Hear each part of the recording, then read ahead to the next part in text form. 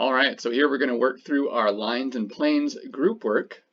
Problem 1 has us looking at 3 points in 3 space and wanting to get the equation of the plane that goes through them. And so real quick, basic sketch to start. We don't need to care about where exactly these points live. We can just toss some points into our picture. And so here is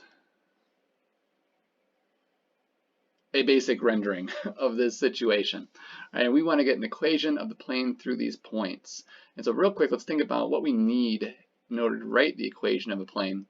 So we need a point that our plane goes through and an orthogonal vector. And we got tons of points, so that's a big check. The orthogonal vector is the one that we need to think about. And so one thought is that, well, with these 3 points on the plane, well, if we could somehow take these 3 points and turn them into 2 vectors that live in our plane, well, we could use the cross product to get a vector that's orthogonal to those 2 vectors and thus to our plane. And so here, to do that with our 3 points, we can just pick one of these points, stretch a vector between 2 pairs, and then our idea is to take the cross product of these 2 vectors, and that should hand us a nice clean orthogonal vector to our plane. All right, and so here, maybe let's just pick a couple points and work this out. So if we go from 4, 0, 0 to the second vector and 4, 0, 0 to that vector, maybe I'll call this A, and I'll call this B. And on the picture, again, this is not accurate, but I'll just kind of give some labels here. So this N is going to be A cross B eventually. So A, we're going to do our second vector's coordinates minus our first. So we get -1, -4, so that's -5, 0, 0. All right, sorry, going too fast.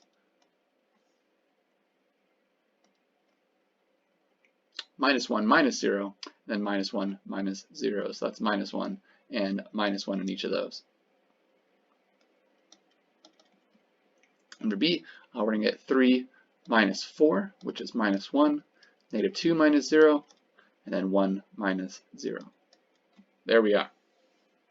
All right, and once we have these 2 vectors, we can go ahead and take their cross product.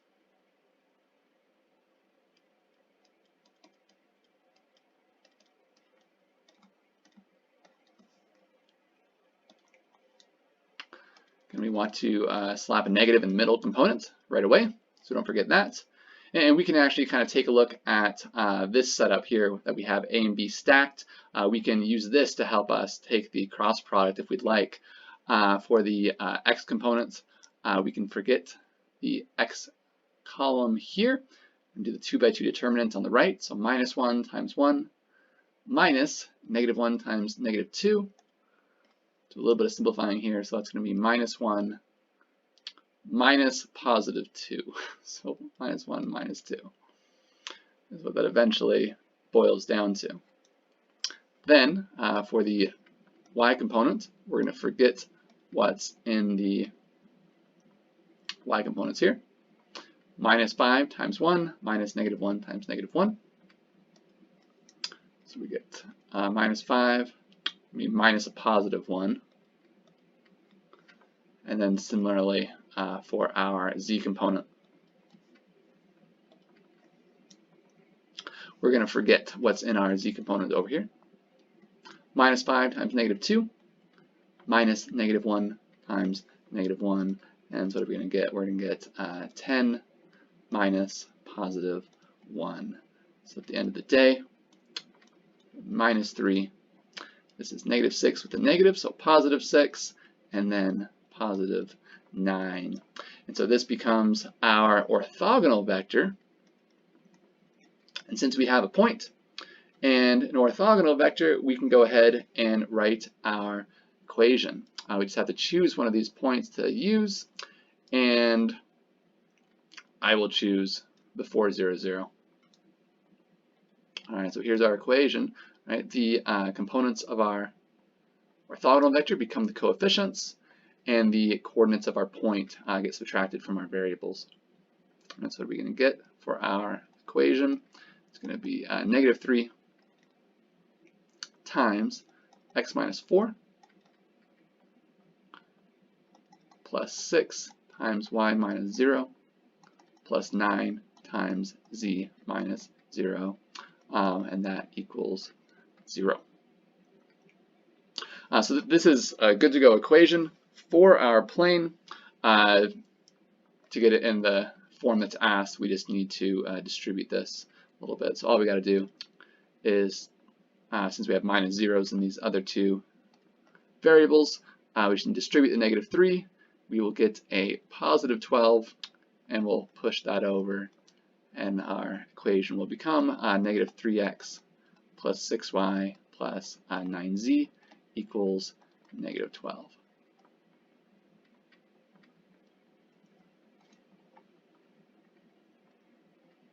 All right, moving down. Our next situation is we have a line that goes through the point -2, 2, -2, 2, 1, and is perpendicular to this plane.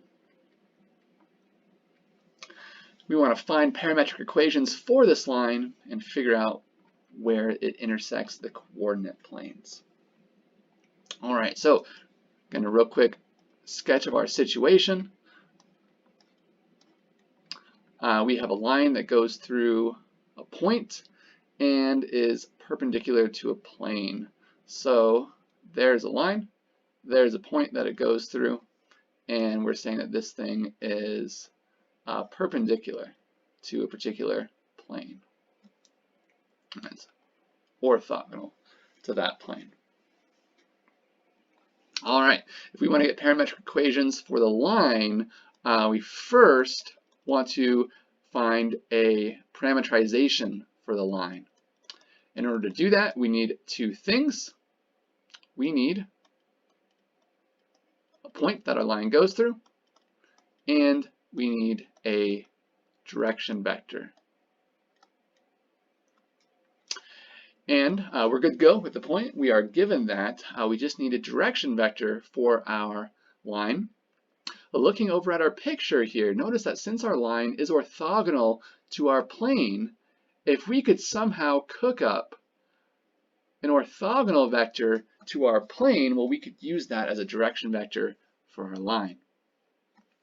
And one of the things we talked about in class is that whenever we have an equation for a plane, if we grab the coefficients of our variables, that will hand us a nice orthogonal vector to our plane. So here, actually reading off these coefficients, we can see that 1, 3, 1 is a good to go orthogonal vector to our plane, and so we can actually use that as our direction vector.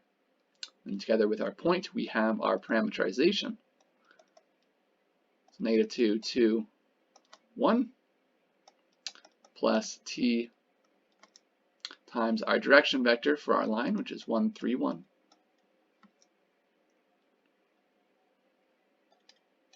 And if we distribute the t and add these up, we're going to get -2 plus t in the x component, 2 plus 3t in the y, and then 1 plus t in the z.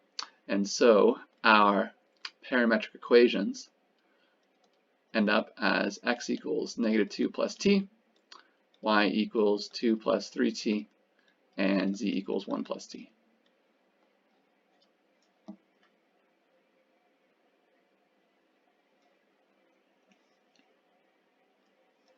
All right, thinking about part B, we're asked where this line is going to intersect the coordinate planes. Well, if we look at our picture here, so for example, this line is going to at some point intersect the xy plane. Well, wherever it hits the xy plane, we know one of its coordinates, right? The equation for the xy plane is z equals 0. And so here we can actually ask our line, hey, for what t value do you hit z equals 0, and then we can use that t value to find our other coordinates. So again, the plan for part B is z equals 0 corresponds to what t, and as soon as we find that, we can find our other variables as well. And so here, if we set z equal to 0, and we're asking 1 plus t equals 0, so t is minus 1. So that's the t that we're looking at. And so at that t value, x is going to be negative 2 plus negative 1, and y is 2 plus 3 times minus 1. In other words, x is minus 3, and y is like negative 1. And so putting all this together, we have the point negative 3 minus 1, 0 for where this hits the xy plane. And we can similarly find where this hits the other two coordinate planes playing the same game. All right, so for example, if we set x equals 0, that's going to give us that negative 2 plus t equals 0. So t is positive 2. At that t value, x is 0 as well. And y is 2 plus 3 times 2, which is 8. So here the point that we're getting is 0. Oops, I plugged in the wrong thing, didn't I? It's good that we got x equals 0. So nice work if you caught that. X equals 0 is what we first assumed, and so that makes sense.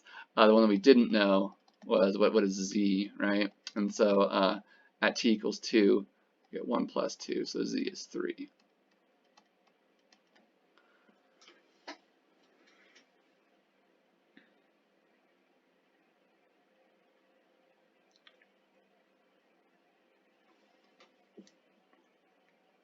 And we have one left to do. See if I can squeeze it in.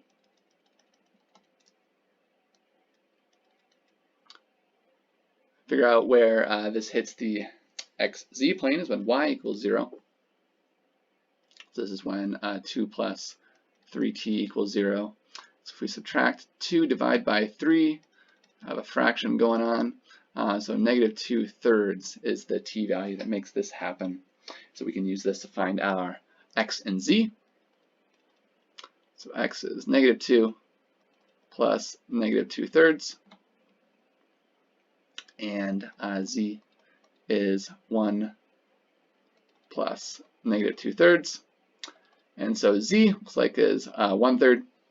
And x, if we work that out, is negative 8/3. And so together we get the point negative 8/3, 0, 1/3.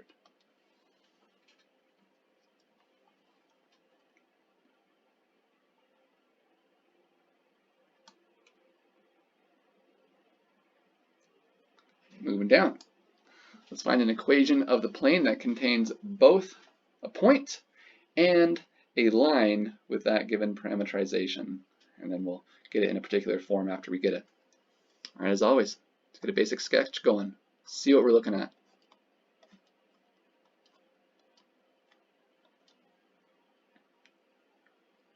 All right, so we have a plane. Let's draw a diamond. That'll do it. And this plane contains a point. There it is. And it contains a line. So I'm going to draw the line just like this.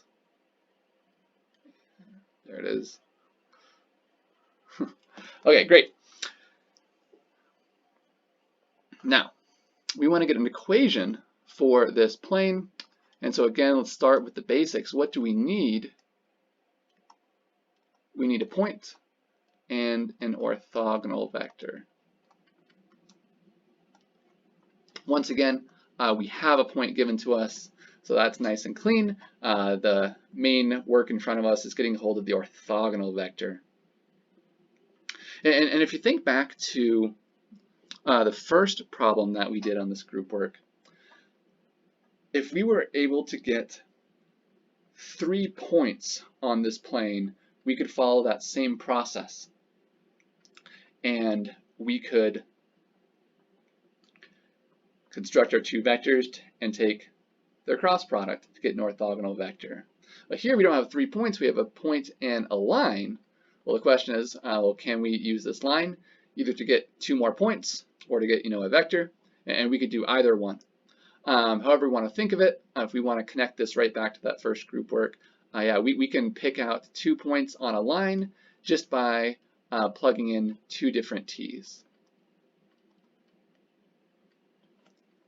So for example, if we plug in t equals 0, well, then we're going to get the point -102.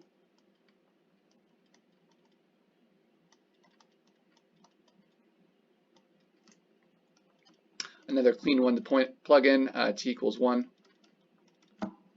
We're going to get our point plus just 1 times this vector. And so just adding those 2 vectors, we'll get so 3, 0, and then 2 plus -2, which is 0.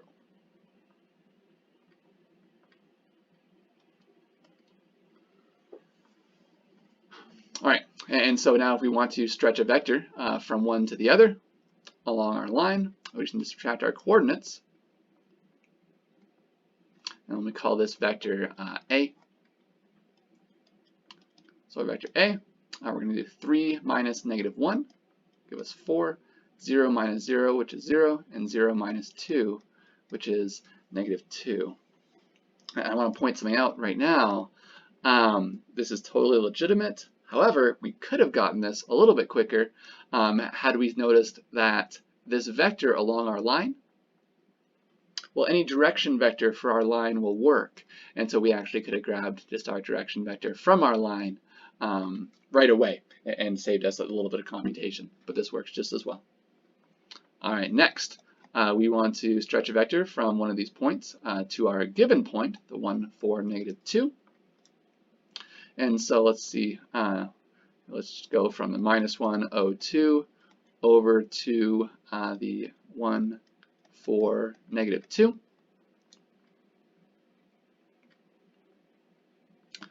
And so let's call that vector B.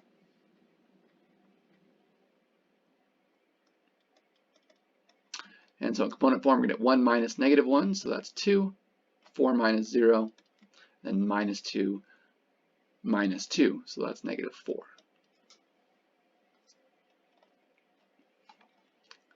And let's slide this over just a little bit so we can play this same trick that we did last time.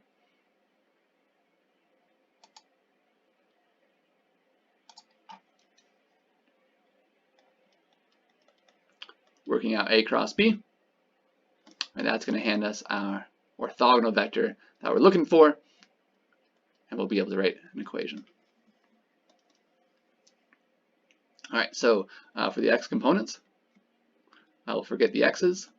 So 0 times -4 minus -2 times 4.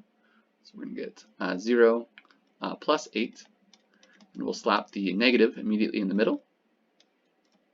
Forget the y's. 4 times -4 times -2 times 2, so -16 plus 4, which is -12 inside the negative. And then for the z, we're going to forget the z component. 4 times 4 minus 0 times 2, so that's a 16. So at the end of the day, if I did this right, 8, 12, 16 is what I'm getting here.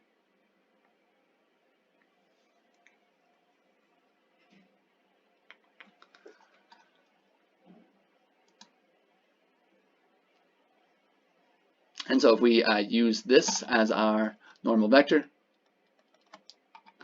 together with any one of these points that we have, I think it's going to be cleanest if I use this point, the 3, 0, 0. So I'll go ahead and choose that as our point. We can write down our equation.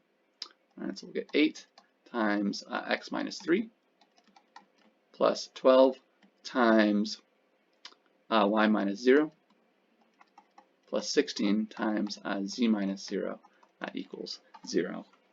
So there's our equation. And to get it into the desired form, the ax plus by plus cz equals d, again,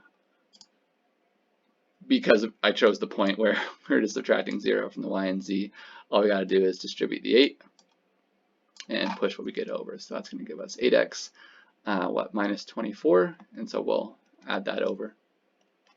What we end up with is 8x plus 12y plus 16z equals positive 24.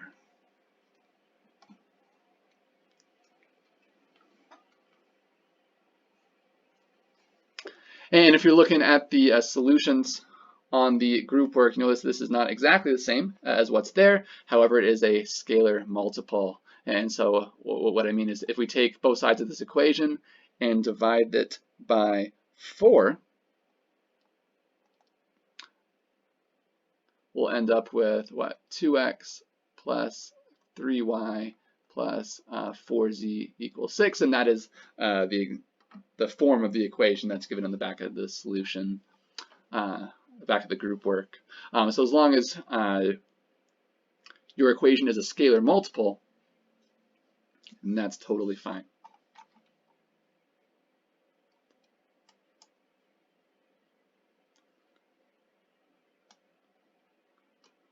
Moving on. All right, now we're playing with distances. So here's a formula. Let's use it to find the distance from a particular point to a plane. And so here we're talking about this shortest distance from a point to a plane. And from the picture we can see we can slide that over, and we can actually think of that as the scalar projection of this vector b onto a normal vector for our plane. And so if we want to use this formula, we just need two things. To start, the basic ingredients are a normal vector and our vector b. And so from our picture, b is this vector from p naught to q, our point. So our point q here is 1, -2, 4. And the note here is that p naught can be any point on the plane. So we just need to find some point on the plane. And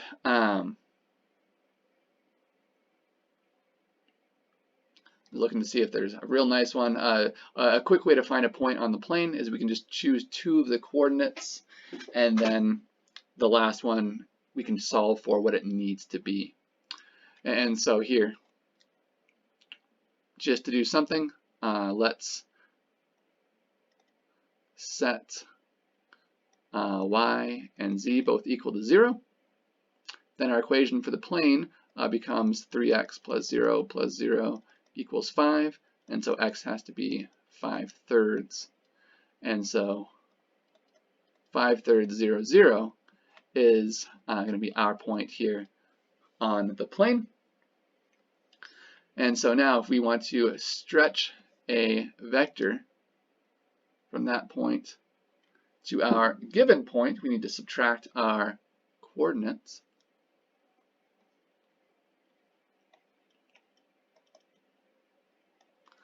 And so it's going to be 1 minus 5/3.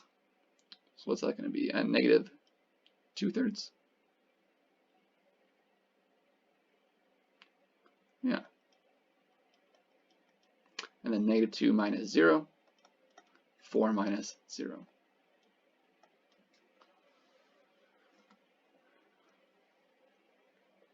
Next, we need a normal vector to our plane, and the way we can grab that real quick through the equation is just by nabbing the coefficients here. All right, so our n is going to be 3, 2, 6, and then last ingredient here, the size of our n vector, just using the generalized Pythagorean theorem, is going to be what? 3 squared plus 2 squared plus 6 squared under that square root. So 9 plus 4 plus 36, that's root 49. Which is 7, right?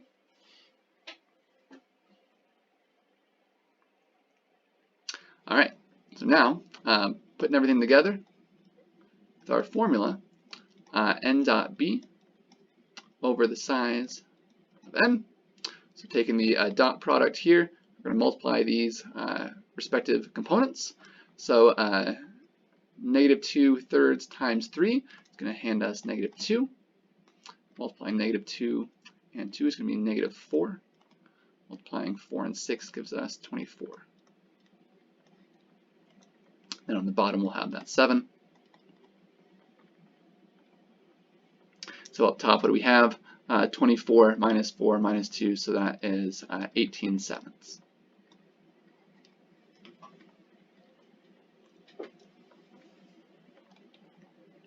Last but not least, distance from a point to a line.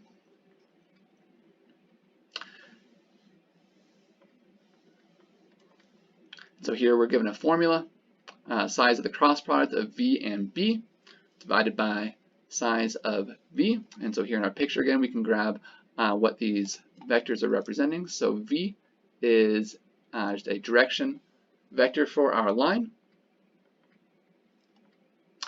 B is again this vector from P naught up to our given point we're thinking about. And once again, we see that P naught can be any point on our line.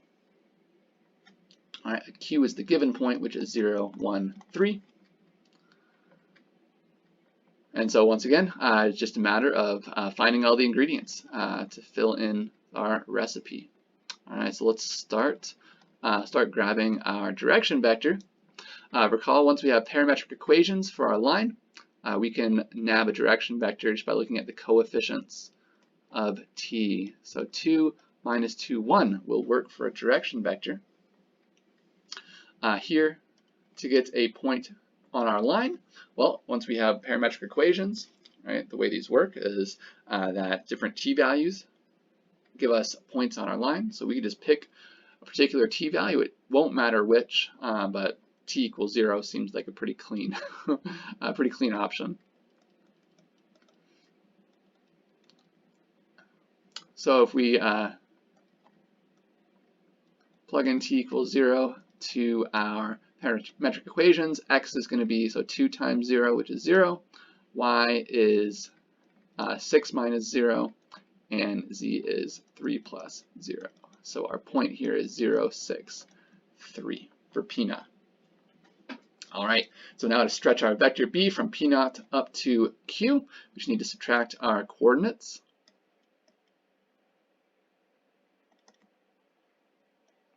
So we're going to get 0 minus 0, 1 minus 6, and then 3 minus 3, which is 0.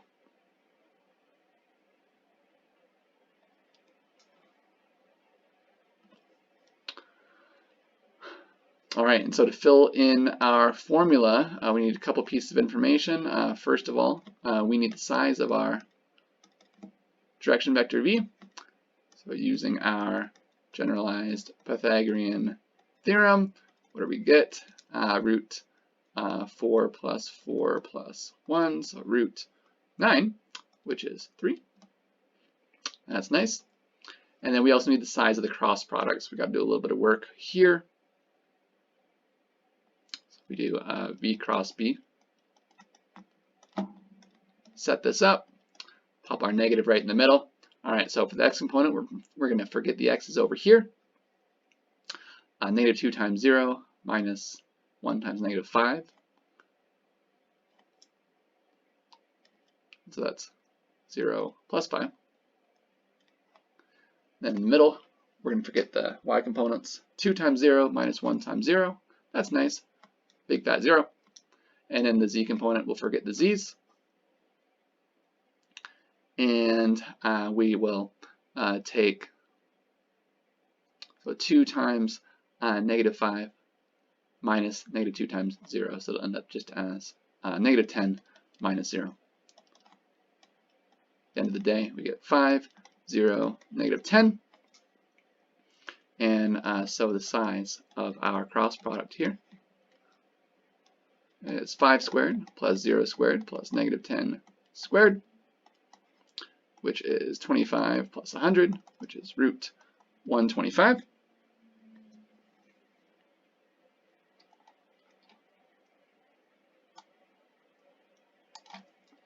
And so I just lost it. Using our formula, we just need to take the size of the cross product divided by the size of our direction vector v. So at the end of the day, our d here is root 125 divided by 3.